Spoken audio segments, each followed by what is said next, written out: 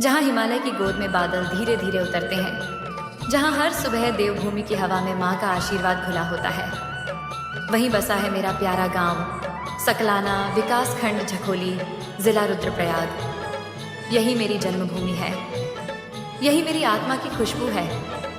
मैं घर का सबसे छोटा बेटा हूँ, माँ बाप का लाडला। 4 भाई बहनों के बीच पलते हुए, खेतों में खेलते हुए, पहाड़ों की हवाओं में सपने बुनते हुए बड़ा हुआ।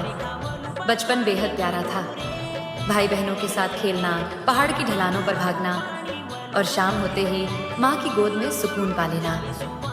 घर में खुशियाँ थीं, लेकिन जिम्मेदारियाँ भी। बचपन में ही मजदूरी भी की, कभी खेतों में हल चलाया तो कभी लकड़ी पानी ढोया।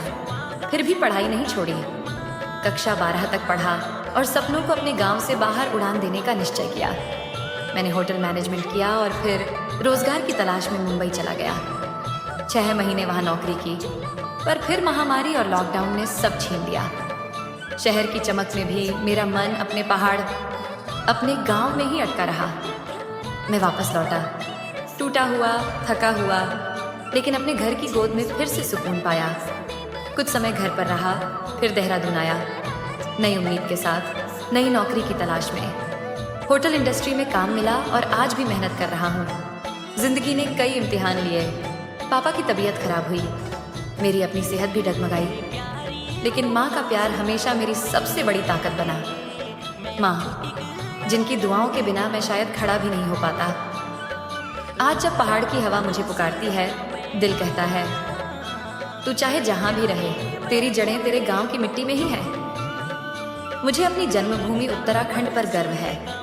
यही पहाड़ मुझे सिखाते हैं कि चाहे जिंदगी कितनी भी कठिन क्यों ना हो, हमें टूटना नहीं है, बस अपनी चट्टानों की तरह मजबूत रहना है।